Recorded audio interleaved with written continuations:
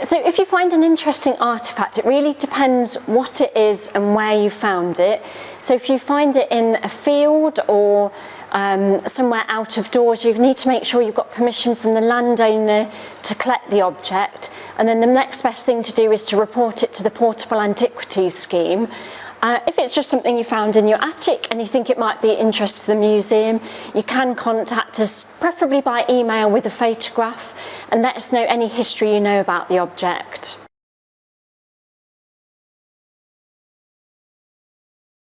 Yeah, it's really important for us as a museum to preserve and display historical artefacts, because that's what tells us as a city, as a people, about our history, and we can learn like either fascinating stories, but also we can learn what perhaps could be done differently in the future.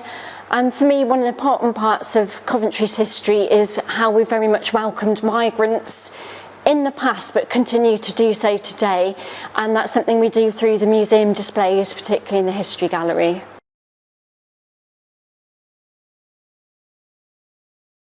So a typical day for a curator can be really different, and I know lots of jobs say that. So it does involve a bit of computer work, dealing with email inquiries, there are some meetings, and the day-to-day really depends on the project you've got at the minute. So at the moment, the curatorial team are working on a big store move from our off-site stores to the old IKEA building. So we're doing a lot of work on reviewing the collection and preparing it for packing, some of which is done at the off-site store, and other bits are done on the museum database, making sure that's up to date and we're checking all the objects from where they are to where they're going to be.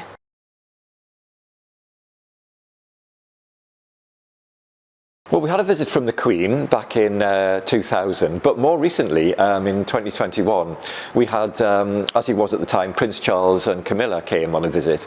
They came to see our two-tone exhibition, and I was given the responsibility of giving Prince Charles and Camilla a guided tour of the exhibition, which was really interesting. I mean, he was really engaged in the exhibition, really interested in what we were doing.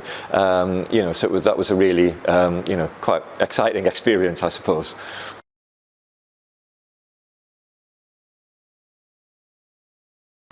Well, we've got a statue of Peeping Tom in the collection. It's a medieval carved wooden figure, and it's been used to represent Peeping Tom for hundreds of years. You know, I'm sure he could tell us some great stories about how the city has developed over the years. He must have seen all kinds of things happening in the city.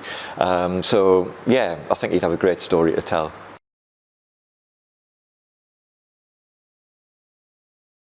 So it is a bit of a museum trope to talk about exiting through the gift shop, but I'm very proud of this one. This one's Nelson, and we have a lovely painting of the children of Arthur Gregory, and it features their dog Nelson, and it's on display in Collect in Coventry, and also on display we have Nelson's collar. And talking with our shop manager, I thought it'd be really lovely for people to take their own Nelson home, and we've got a little collar with his sort of tag with its reproduction collar on there, and a bit of information about the painting and the dog, as well as the collection.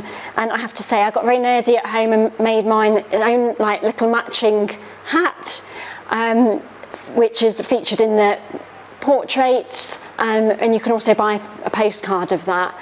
And just to say that if you can, you know, when you're visiting a museum, if you can even pop a few pence in the donation box or buying something in the gift shop, really does help us and helps us to keep doing exhibitions like this one and looking after the collections.